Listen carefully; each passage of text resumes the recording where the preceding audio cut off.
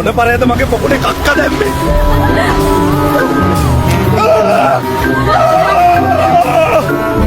පින් එක කියපු එකෙක්. ෂෝ එකටම ඩයලොග් වෙන්නේ නැති.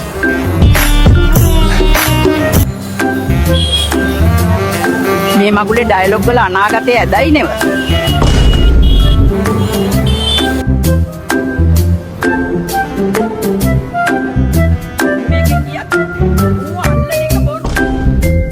මම ඔයාට ආදරේ පැටියෝ.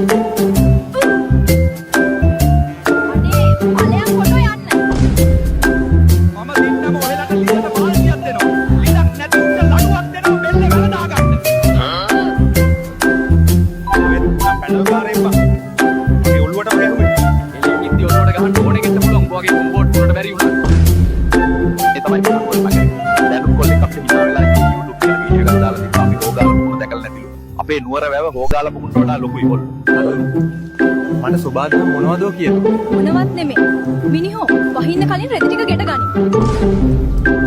ඕකටනි කලබල වුණේ කවිද? දැන් යමු iPhone එකක් කරන් දෙන්න.